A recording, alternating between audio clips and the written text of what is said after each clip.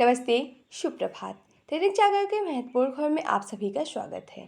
आज हम बात करेंगे दैनिक जागरण की कुछ महत्वपूर्ण खबरों के बारे में। साथ ही एक यूपीएससी जो विगत वर्ष पूछा गया प्रश्न है उस पर भी चर्चा करेंगे। याद रखिएगा, दैनिक जागरण का राष्ट्रीय संस्करण है, तो इसमें आप लोग को वही खबरें मिलेंगी जो आपके परीक्षा के पॉइंट ऑफ व्यू से इंपॉर्टेंट होगी। आशा करती हूँ कि आप लोग को यह खबर अच्छी लगे। धन्यवाद। तो चलिए देखते हैं आज की क्या खास खबरें, उन्हें हम एक एक करके देख लेते हैं। और खबर की तरफ आगे बढ़ने से पहले पहले हम प्रश्नों को देखेंगे, उसके बाद खबरों को एक एक करके देख लेंगे। तो आइए देखते हैं आज का प्रश्न क्या है। और अगर आप लोग हमारे चैनल पहली बार आए तो कृपया चैनल को लाइक से सब्सक्राइब जरूर करें। आज का प्रश्न है, 18वीं शताब्दी के मध्य इंग्लिश ईस्ट कंपनियों द्वारा बंगाल में निर्यातित प्रमुख स्टेपल कमोडिटीज क्या थे। नीचे इसके कुछ विकल्प दिए हुए हैं। पहला विकल्प है अपरिष्कृत कपास, तिलहन और अफीम। दूसरा विकल्प है चीनी, नमक, जस्ता और शीशा। तीसरा है तांबा, चांदी, सोना, मसाले और चाय। चौथा है कपास, रेशम, शोरा और अफीम। तो आप लोग अनुरोध है कि आप लोग इसका आंसर कमेंट बॉक्स में जरूर बताएं। और इस क्वेश्चन का फुल एनालाइज हम वीडियो के लास्ट में जरूर करेंगे। अगर आप लोग को इसकी पूरी जानकारी चाहिए तो आप लोग वीडियो को लास्ट तक जरूर देखें। तो चलिए देखते हैं आज की क्या खास खबरें, उन्हें हम एक एक करके देखते हैं। जम्मू कश्मीर में लोकतंत्र की जय जय। लोकसभा चुनाव में मतदाताओं ने दिखाया जबरदस्त उत्साह। बारामूला के सारे टूटे पिछले रिकॉर्ड। पांचवें चरण में 49 सीटों पर औसतन 57% से अधिक हुआ मतदान। सबसे अधिक 73% मतदान बंगाल में और यूपी में 58% वोट पड़े हैं इसके। आपको पता होगा अभी कल 20 मई को हमारे जो 18वीं लोकसभा का चुनाव जो चल रहा है उसमें उसका 5वें चरण का चुनाव हुआ है। उसी पे कुछ मतदान के आंकड़े सामने आए हैं कि कितने प्रतिशत का किस राज्य में वोट पड़े। सबसे ज़्यादा वोट पड़ने की जो संख्या दिखाई वो पश्चिम बंगाल में देखने को मिल रही है। और आपको पता ही पूरा जो लोकसभा चुनाव होता है ये इलेक्शन कमीशन ऑफ इंडिया के तहत कराया जाता है। तो अगर आप लोग से अनुरोध है कि आप लोग अगर इसके बारे में थोड़ी बहुत जानकारी पता हो और अगर आप लोग और इसके बारे में थोड़ी बहुत जानकारी आप लोग जानते हैं, कुछ रखते हैं, तो आप लोग इसे कमेंट बॉक्स के माध्यम से जरूर साझा कर सकते हैं। हेलीकॉप्टर हादसे में ईरान के राष्ट्रपति राइसी और विदेश मंत्री हुसैन की हुई मौत। ईरान के प्रथम उपराष्ट्रपति मोहम्मद मुखर बने कार्यवाहक राष्ट्रपति। बारिश व घने कोहरे के कारण पहाड़ियों से टकरा गया है हेलीकॉप्टर। पूर्वी अजरबैजान प्रांत के पर्वतीय वन क्षेत्र में रविवार को हुई थी यह दुर्घटना। आपको मैंने पहले बताया था कि ईरान के जो राष्ट्रपति हैं वो एक दिन के लिए अजरबैजान में कुछ दौरे पे गए थे। वहीं से वापस आते समय इनकी ये घटना हुई थी। और एक घटना का जो स्थान है वो अर्मेनिया एवं अजरबैजान की सीमा के करीब ईरान के उत्तर पश्चिम पहाड़ों में हुआ है। अगर इसे मैप में देख तो इधर आपको ये पूरा ईरान देखने को मिलेगा ये। और ये यहाँ अजरबैजान और ये आर्मेनिया की जो पहाड़ी है यहाँ आपको देख रहे हैं कि आर्मेनिया की राजधानी बाकू है। यहीं से इनकी प्लेन में जो एक दुर्घटना हुई है यहीं पास हुई है। तो आप लोग इसे देखिए, जो ईरान की राजधानी आप लोग को देख रहे हैं तेहरान देखने को मिलेगी और अजरबैजान की राजधानी आपको बाकू देखने को मिलेगी।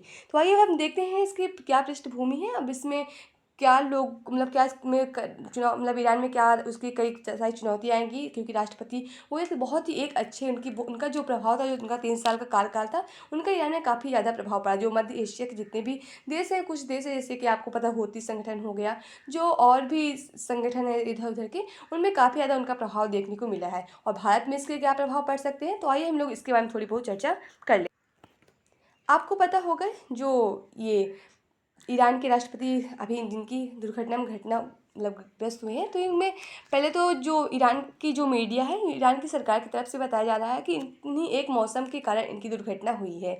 लेकिन कुछ विशेषज्ञों का अनुमान लगाया जा रहा है कि ये जो पूरा दुर्घटना इसमें किसी की साजिश है। साजिश में नाम आपको देख रहे हैं इसराइल का नाम देखने को मिल रहा है, क्योंकि आपको पता है कुछ दिन पहले अभी इसराइल और ईरान का हमला भी हुआ था। आपको पता है इसराइल ने ईरान के जो एयरपोर्ट है आपको पता होगा दूतावास में वो सीरिया के दूतावास में हमला किया था। बाद में ईरान ने इस पे का जवाब दिया, फिर इसराइल ने इस पे जवाब दिया। तो उसी पे लेकर चर्चा चल रही है कि इसमें इसराइल का भी हाथ हो सकता है। लेकिन आपको पता होगा इस पूरी जानकारी के लिए जो आगे क्या खबरें हैं, क्या कैसे मौत हुई इनकी, इसके लिए हमें भविष्य की जो भी जानकारियाँ हैं उसके लिए हमें रुकना पड़ेगा। लेकिन अभी क्या भारत में क्या प्रभाव पड़ सकते हैं, और अब जब इनकी मृत्यु हो गई तो अब जो ईरान के नए राष्ट्रपति कौन बनेंगे, कितने दिन के लिए बनेंगे, तो इसके बारे में अगर हम चर्चा करें तो आपको पता है ईरान के संविधान में कहा गया है कि ईरान में लिखा है कि राष्ट्रपति की मृत्यु या असक्षम की स्थिति में प्रथम उपराष्ट्रपति कार्यभार संभालेंगे। और वर्तमान समय में ईरान प्रथम उपराष्ट्रपति हैं मोहम्मद मोकबर। इनकी नियुक्ति राष्ट्रपति राइसी द्वारा अगस्त 2021 में की गई थी। अब ईरान के में ईरान में बहुत से राष्ट्रपति होते हैं जो कई मंत्रिमंडल का कार्य करते हैं और बहुत सारी मंत्रिमंडल की भूमिका निभाते हैं। उन्हीं में से एक राष्ट्रपति द्वारा एक प्रथम उपराष्ट्रपति चुना जाता है जो सभी समकक्षों में प्रथम होते हैं। आपको पता है अब जो पूरा राष्ट्रपति का जो भूमिका होती है ईरान में, वो एक आपको पता है घरेलू नीति में ज़्यादा भूमिका होती है, क्योंकि आपको पता है जो भी पूरा निर्णय निर्माण का काम होता है वहाँ के जो धार्मिक नेता है आयत उल्ला जो है उनके द्वारा ये पूरा निर्णय लिया जाता है कि कौन कब और कैसे एक राष्ट्रपति का कार्य करेंगे। जितनी भी विदेश नीति चलती है, जितनी भी सारी नीति चलती है, वहाँ के जो धार्मिक नेता उनके द्वारा ही चलाया जाता है। अब बात आ रही है कि जब इनकी मृत्यु हो गई है तो अब कौन नए राष्ट्रपति बनेंगे। तो ईरान के संविधान में ये भी लिखा है कि ये भी कहता है कि राष्ट्रपति की मृत्यु या सक्षम के बाद अगले 50 दिनों के अंदर नए राष्ट्रपति का चुनाव कराया जाएगा। तो इस तरह के कुछ ईरान के संविधान में प्रावधान किए, अगर आप लोग उसे पढ़ेंगे तो आप लोग के लिए काफ़ी इंपॉर्टेंट अच्छे समझ में आएगा। आप देखते हैं कि ईरान के लिए चुनौती क्या आ रही है। सबसे बड़ी चुनौती ये आ रही है कि उत्तराधिकारी कौन होंगे। आपको पता होगा जो वहाँ के धार्मिक नेता हैं आयत उल्ला, वो 80 वर्ष के हो चुके हैं। तो अभी तक ऐसे बातें सामने में आ रही थी कि जो नए अब उनके उत्तराधिकारी बनेंगे उनको जो इब्राहिम राइसी को बनाया जाएगा, लेकिन अब उनकी मृत्यु हो गई है तो अब यही इसी पे काफ़ी ज़्यादा चुनौती आ सकती है कि अब कौन बनेंगे, फिर इनके बाद वो कैसे कार्यभार संभालेंगे, यही सारी बातें आ रही हैं। दूसरी बात उनकी चुनौती ये आ रही है कि सत्ता में आपको पता है ये 3 साल से सत्ता में आए, 2021 में सत्ता में आ गए हैं। तो आप इनके जब सत्ता में आए तो इनका काफ़ी ज़्यादा मध्य जो एशिया में प्रभाव इनका काफ़ी ज़्यादा देखने को मिला है। और यहाँ तक कि आपको पता है जो अमेरिका है उसने भी उससे भी बाहर आकर इन्होंने काफ़ी सारा अपना परमाणु परीक्षण भी किया था। इसी पे लेके बातें चल रही हैं कि अब जो नए आएंगे, जो भी सत्ता पे आएंगे राष्ट्रपति, उनकी क्या भूमिका होगी, मतलब वो कैसे कार्य करेंगे, इसी पे लेके बातें चल रही हैं। अब बात आती है कि इस पे भारत पर क्या प्रभाव पड़ेगा। अब आपको पता है कि भारत की जो प्रधानमंत्री नरेंद्र मोदी, उन्होंने अपने एक्स के ट्विटर के माध्यम से पोस्ट करके उन्हें शोक जताया है कि उन्हें भी काफ़ी ज़्यादा वो हुई।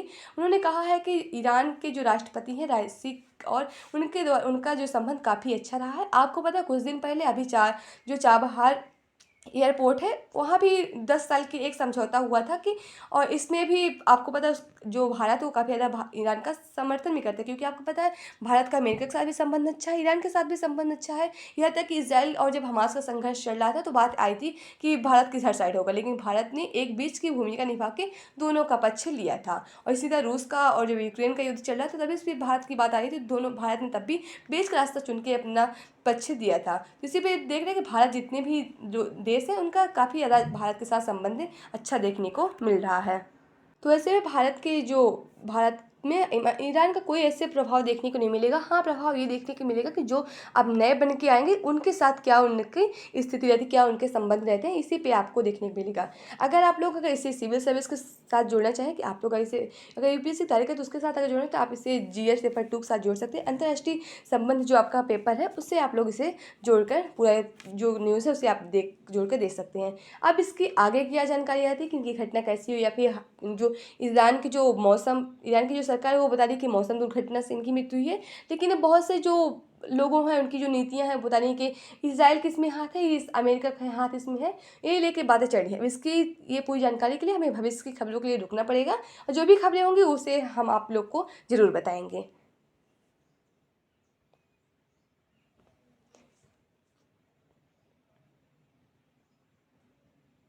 कोवैक्सीन पर बीएचयू के शोध से आईसीएमआर ने किया किनारा।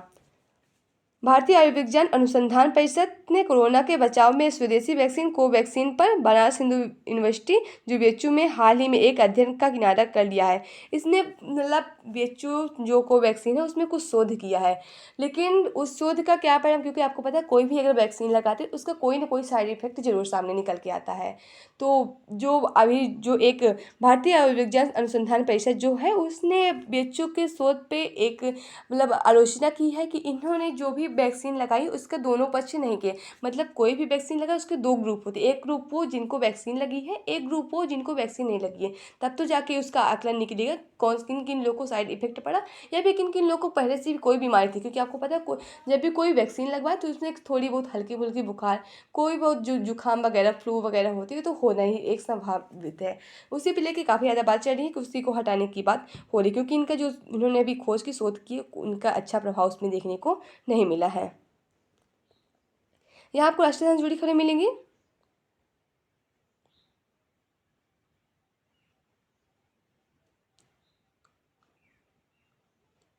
अभी आपको पूरा इलेक्शन से जुड़ी खबर है। आपको पता है कि कल 20 मई को 5वां चरण का इलेक्शन हुआ है, पूरा चुनाव हुआ है, तो उसी पे लेके आंकड़े दिए हैं। लेकिन दिल्ली के पूर्वांचलियों को साधना आप कांग्रेस के लिए बड़ी चुनौती होगी। पिछले 2 लोकसभा चुनाव में पूर्वांचल बहुत बहुल दिल्ली के विधानसभा क्षेत्र में भाजपा को कहाँ और कितने प्रतिशत वोट मिले थे, तो यहाँ बस कुछ आंकड़े दिए हैं 2014 में और 2019 में कितने प्रतिशत वोट भाजपा को मिले थे। तो यही कुछ आंकड़े हैं, तो आप लोग इसे देखना चाहे देख सकते हैं कि उत्तर पूर्वी दिल्ली लोकसभा क्षेत्र में इतने इतने कुछ प्रतिशत वोट मिले हैं भाजपा को।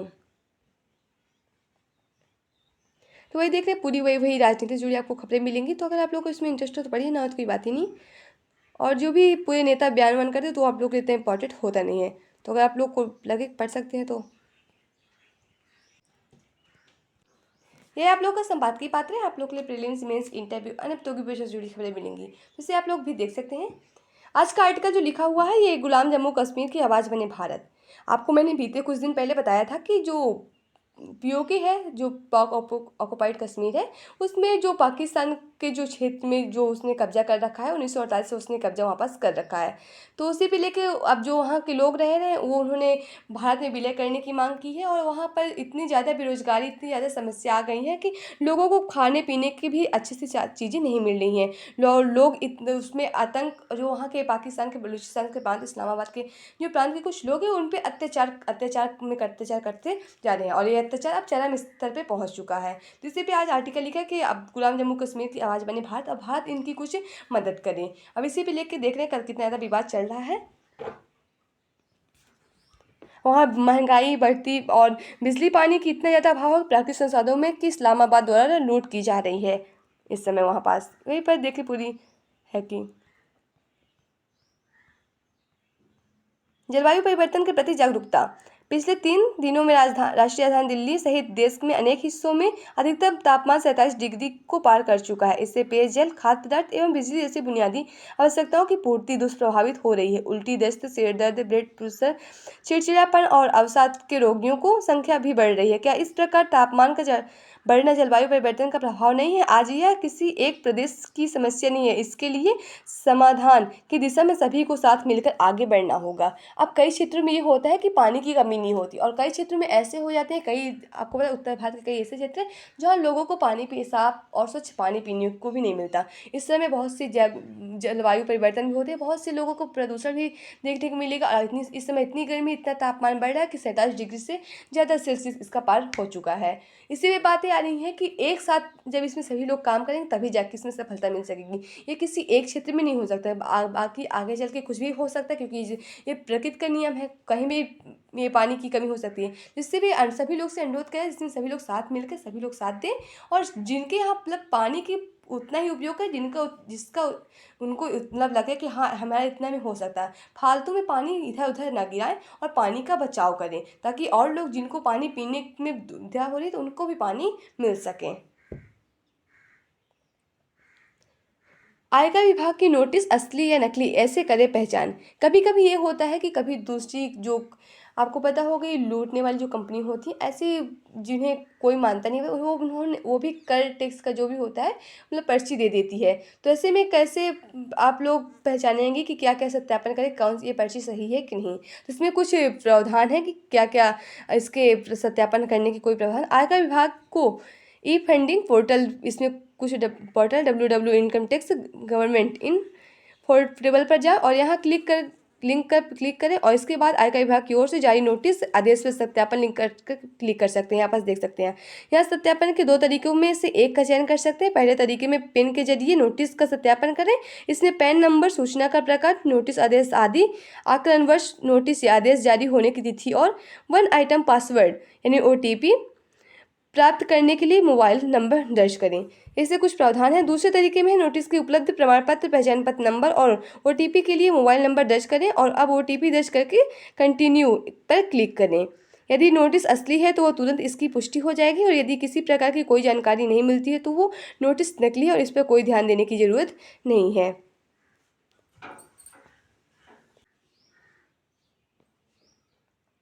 दूसरे छमाही में ब्याज दर रो में कटौती संभव, विशेषज्ञ बोले। विकसित देशों में ब्याज घटने के बाद आरबीआई उठाएगा यह कदम। सितंबर में अमेरिका केंद्रीय बैंक फेडरल रिजर्व द्वारा ब्याज दरों में कमी में हो सकता है ऐलान।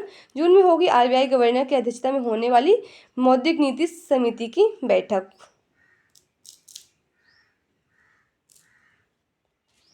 यहाँ आपको अंतर्राष्ट्रीय जुड़ी खबरें मिलेंगी। तुर्क की घड़ी में ईरान के साथ है भारत। सभी जैसे समान प्रतिक्रिया जताई जाती है जो आमतौर पर सभी बड़े नेताओं द्वारा जताया। उस तरह प्रधानमंत्री मोदी ने भी, जो ईरान के अभी राष्ट्रपति की हुई है हेलीकॉप्टर दुर्घटना में मौत, उन्हीं पे उन्होंने भी शोक जताया है। राष्ट्रपति राइसी व विदेश मंत्री अमीर अब्दुल्लाहियान के मौत पर भारत ने एक दिन का राष्ट्रीय शोक मनाया है। विदेश मंत्री जयशंकर ने दिवंगत राष्ट्रपति व विदेश मंत्री के साथ अपनी मुलाकातों को किया है याद। आपको पता है भारत और ईरान का काफ़ी अच्छे संबंध भी है, और अभी हाल ही में एक जो चाबहार एयरपोर्ट है उस पर भी 10 साल का समझौता हुआ है। तो देखने के काफ़ी अच्छे इनके संबंध भी हैं। ताइवान के राष्ट्रपति ने कहा चीन धमकियां देना बंद करें। आपको पता है अभी जो ताइवान में नए राष्ट्रपति जो चुन के आए हैं वो चीन के विरोधी हैं, क्योंकि आपको पता है ताइवान में 2 पार्टी है, उनमें से एक जो पार्टी के राष्ट्रपति चुन के आए वो चीन के विरोधी हैं। उसी भी अब लेके देखते हैं कि इसमें चीन की क्या भूमिका होती है, क्या प्रतिक्रिया होती है, क्योंकि इस बार विरोधी पार्टी की राज्य सरकार बनी है। इसमें काफ़ी ज़्यादा मारपीट भी एक दिन संसद में हो गई थी कि मतलब संसद को शक्ति ज़्यादा प्रदान की जाए और राष्ट्रपति की शक्ति थोड़ी कम की जाए, उसी भी लेके बातें चल रही थी। तो यहाँ को खेल जुड़ी खबर में केकेआर सनराइज में जो जीता वही होगा फाइनल में। अहमदाबाद में आज खेला जाएगा क्वालीफायर 1 मुकाबला। दोनों टीमों के प्रदर्शन को देखते हुए रनों का अंबर लाने की आशा जताई जा रही है। यहाँ आपको परीक्षा के पॉइंट से चलना से जुड़ी खबरें मिलेंगी, तो इसे आप लोग जरूर पढ़िए। फुटबॉल खेल को बढ़ावा देने के लिए शुरू की गई फीफा की स्थापना। 1904 में आज ही पेरिस में दुनिया का सबसे प्रतिष्ठित खेल संगठनों में से एक federation national de football association FIFA का गठन किया गया था। France, Belgium, Denmark, Netherlands, Spain, Sweden और स्विट्जरलैंड में मिलकर इसकी स्थापना की गई थी। क्या आप लोग बता सकते हैं जब फीफा फुटबॉल वर्ल्ड कप होता है तो उसमें इस बार की विजेता टीम कौन सी थी? इसे भी आप लोग कमेंट बॉक्स के माध्यम से जरूर बताएं। लंदन में स्थापित किया गया दुनिया का पहला एक्वेरियम। 1853 में आज ही के दिन लंदन जूलिया जिल्कन गार्डन में दुनिया का पहला सार्वजनिक एक्वेरियम खोला गया था। उस समय इसे फिश हाउस कहा जाता था। इसे प्राकृतिक फिलिप हेनरी गोस ने बनाया था। ग्लास की बनी सीटों से बने टैंकों में गोसे का पहली बार पानी के अंदर दुनिया को यह दिखाया गया था।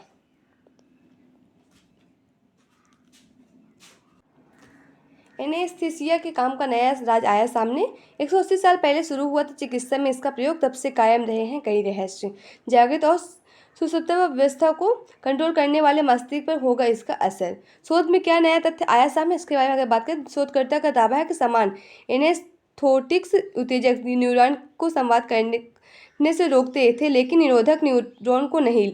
न्यूरॉन को संचार करने के लिए प्रोटीन को शामिल करना पड़ता है। इस प्रोटीन को एक कम न्यूरॉन से न्यूरोट्रांसमीटर अणुओं को मुक्त करना होता है। ये रासायनिक संदेहवाहक एवं न्यूरॉन के दूर से दूसरे न्यूरॉन तक सिग्नल पहुंचाते हैं। समान एथनोटिक एक प्रोटीन को न्यूरोट्रांसमीटर रिलीज करने की क्षमता को प्रभावित करता है, लेकिन ऐसा केवल उत्तेजक न्यूरॉन में होता है। उत्तेजक और निरोधक न्यूरॉन को अलग बनाने वाले एक प्रोटीन है जो विभिन्न रूप से अभिव्यक्ति होते हैं।